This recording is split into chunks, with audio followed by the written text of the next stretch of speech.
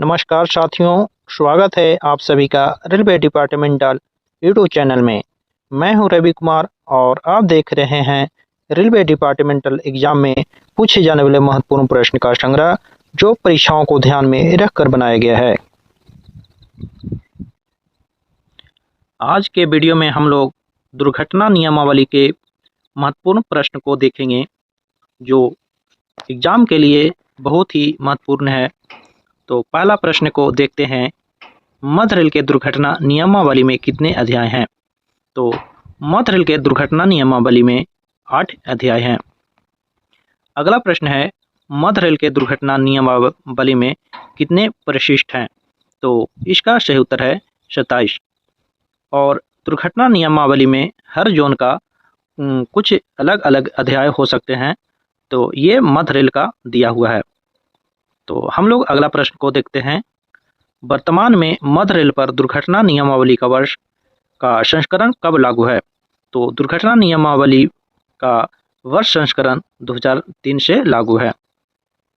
अगला प्रश्न है, दुर्घटना नियमावली में नियमों से पूर्व लिखी गई 3 अंकों की संख्या में पहला अंक क्या प्रदर्शित करता है? तो पहला अंक अध्याय को प्रदर्शित करता है। अगला प्रश्न है, दुर्घटना नियमावली में नियमों से पूर्व लिखी गई 3 अंकों की संख्या में दूसरा और तीसरा अंक क्या प्रदर्शित करता है? तो इसमें दूसरा और तीसरा अंक पैराग्राफ को प्रदर्शित करता है। अगला प्रश्न है, दुर्घटना नियमावली निम्न में से किन अधिकारियों के संयुक्त हस्ताक्षर द्वारा जारी किया जाता है? तो इसको पीसीओएम और सीटीपीएम के द्वारा जारी किया जाता है। तो इसको हिंदी में बोलते हैं प्रधान मुख्य परिचालन प्रबंधक और मुख्य परिवहन योजना प्रबंधक, इन दोनों के द्वारा ही जारी किया जाता है। अगला प्रश्न है, सैनिक विशेष गाड़ी को कौन सी गाड़ी इस गाड़ी के माना जाता है? तो सैनिक गाड़ी को यात्री गाड़ी के रूप तरह ही इसको माना जाता है। अगला प्रश्न है, किसी यात्री गाड़ी की दुर्घटना जिसमें जनहानि हुई हो, कौन सी दुर्घटना माना जाएगा? तो जिसमें जनहानि हुई है उसको गंभीर दुर्घटना माना जाएगा। अगला प्रश्न है, रेल संपत्ति का कितना नुकसान होने पर उसे गंभीर दुर्घटना माना जाएगा? तो 2 करोड़ से अधिक यदि नुकसान होता है तो उसे गंभीर दुर्घटना माना जाएगा। अगला प्रश्न है, रेल दुर्घटना को ए से आर श्रेणी तक वर्गीकृत में से निम्न में से कौन 2 अक्षर शामिल नहीं है? तो उसमें आई और ओ को शामिल नहीं है, बाकी ए से आर तक के श्रेणी को वर्गीकृत किया गया है, जो रेल दुर्घटना में शामिल है। अगला प्रश्न है, दुर्घटना को कितने शीर्षकों के अंतर्गत वर्गीकृत किया गया है? तो 5 शीर्षकों में इसको वर्गीकृत किया गया है। ऐसी कोई दुर्घटना जिसकी जांच सीआरएस द्वारा की जानी अपेक्षित हो, कौन सी दुर्घटना मानी जाएगी? तो इसे गंभीर दुर्घटना माना जाएगा। ये जिसको सीआरएस द्वारा अपेक्षित की हो उसको गंभीर दुर्घटना माना जाता है। अगला प्रश्न है, निम्न में से क्या गंभीर दुर्घटना की परिभाषा में शामिल है? तो गंभीर दुर्घटना का अर्थ होता है जिसमें जनहानि हुई हो, घातक चोट लगा हो और रेल संपत्ति का 2 करोड़ रुपए से अधिक का नुकसान हुआ हो, तो उसे गंभीर दुर्घटना माना जाता है। तो इसका सही उत्तर है डी, उपरोक्त सभी। अगला प्रश्न है, यात्री गाड़ी की परिभाषा दुर्घटना नियमावली के किस अध्याय में दी गई है? तो यात्री गाड़ी का परिभाषा अध्याय 1 में दिया गया है। अगला प्रश्न है, जांच समिति का गठन दुर्घटना नियमावली के किस अध्याय के अंतर्गत है? तो जांच समिति का गठन अध्याय 7 में इसका वर्णन किया गया है। अगला प्रश्न है, दुर्घटना होने पर रेलवे अधिकारियों के कर्तव्य दुर्घटना नियमावली के किस अध्याय में है? तो इसका सही उत्तर है अध्याय 3। अगला प्रश्न है, दुर्घटना की छानबीन तथा जांच दुर्घटना नियमावली के किस अध्याय में है? तो दुर्घटना की छानबीन तथा जांच अध्याय 7 में इसका वर्णन किया गया है। अगला प्रश्न है, यार्ड दुर्घटना की परिभाषा दुर्घटना नियमावली के किस अध्याय में दी गई है? यदि यार्ड दुर्घटना का परिभाषा अध्याय 1 में दिया गया है। अगला प्रश्न है, दुर्घटना के समय सहायता कार्यवाही का विवरण दुर्घटना नियमावली के किस अध्याय में दी गई है? तो अध्याय 4 में इसका दिया गया है। अगला प्रश्न है, दुर्घटना के मामले में लागू दंड के मानक दुर्घटना नियमावली के किस अध्याय में दी गई है? तो इसका सही उत्तर है अध्याय 8 में दिया गया है। अगला प्रश्न है, जांच समिति का गठन से संबंधित विवरण दुर्घटना नियमावली के किस अध्याय में दी गई है? तो इसका सही उत्तर है अध्याय 7। अगला प्रश्न है, मानसून पेट्रोलिंग का विवरण दुर्घटना नियमावली के किस अध्याय में दी गई है? तो मानसून पेट्रोलिंग का विवरण अध्याय 6 में दिया गया है।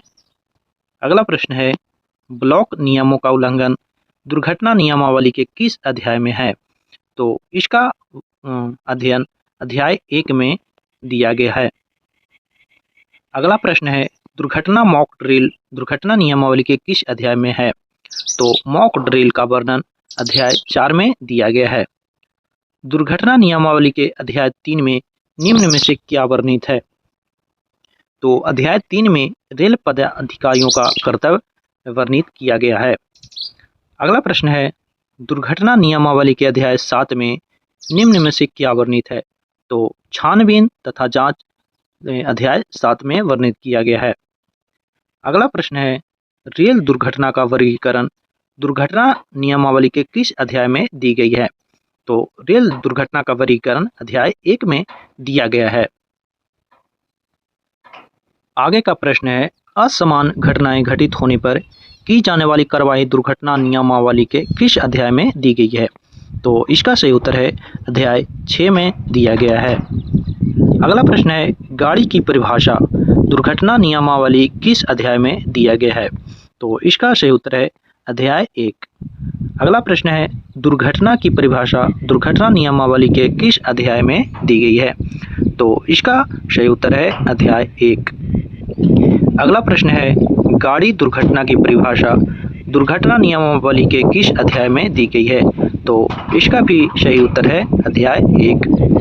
अगला प्रश्न है, इनमें से किस परिणामी दुर्घटना को रेलवे बोर्ड को सूचित किया जाता है? तो रेलवे बोर्ड को टक्कर हो या आग लग जाए या अवपतन इनमें से सभी के हो जाए तो रेलवे बोर्ड को सूचित किया जाता है।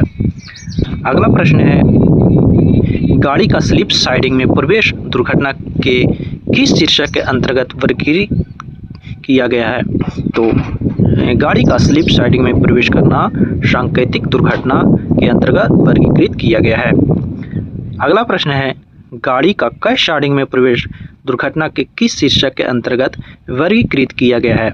तो इसका भी सही उत्तर होगा सांकेतिक दुर्घटना, यानी क्रैश साइडिंग या तो स्लिप साइडिंग में प्रवेश करना सांकेतिक दुर्घटना के अंतर्गत वर्गीकृत किया गया है।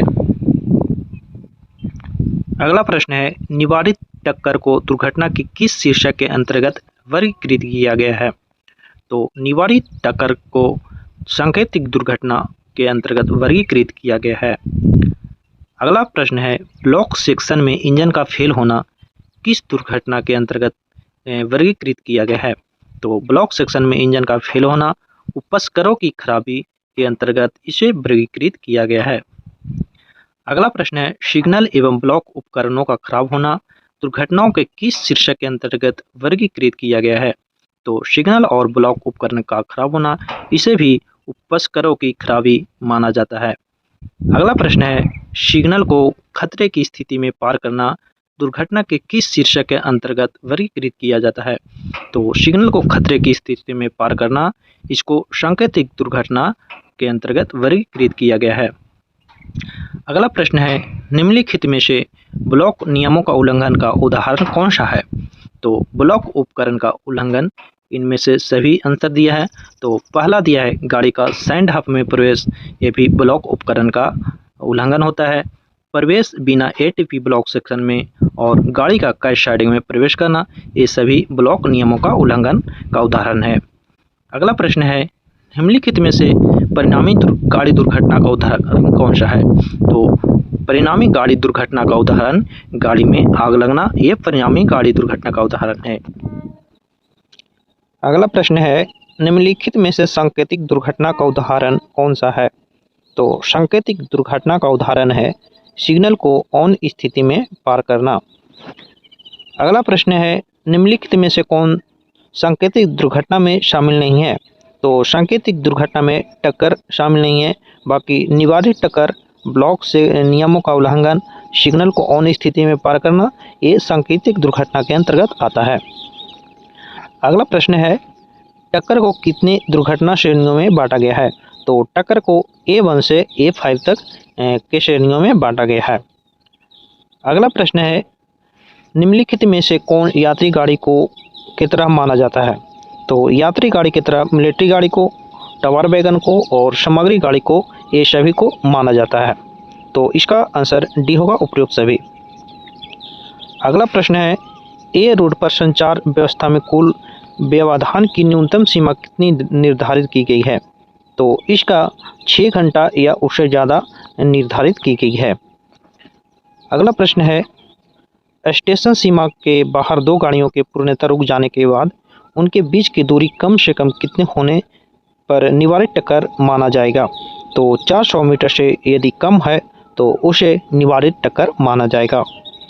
अगला प्रश्न है, गेट टेलीफोन का कितने मिनट से अधिक तक समय तक खराब हो जाना दुर्घटना माना जाएगा? तो 15 मिनट से अधिक समय तक यदि खराब हो जाता है तो उसे दुर्घटना माना जाएगा। अगला प्रश्न है, निर्धारित न्यूनतम सीमा स्तर थ्रेशोल्ड वैल्यू के अनुसार दुर्घटना की रिपोर्टिंग के प्रयोजन हेतु रेलवे संपत्ति का नुकसान की न्यूनतम सीमा कितनी है? तो न्यूनतम सीमा है 2 करोड़ से अधिक। यदि 2 करोड़ से अधिक नुकसान होता है तो उसे गंभीर दुर्घटना के माना जाता है। अगला प्रश्न है, रेलवे बोर्ड को दुर्घटना की सही रिपोर्टिंग के लिए निम्नलिखित में से कौन जिम्मेदार है? तो इसका सही उत्तर है महाप्रबंधक यानी GM जनरल मैनेजर।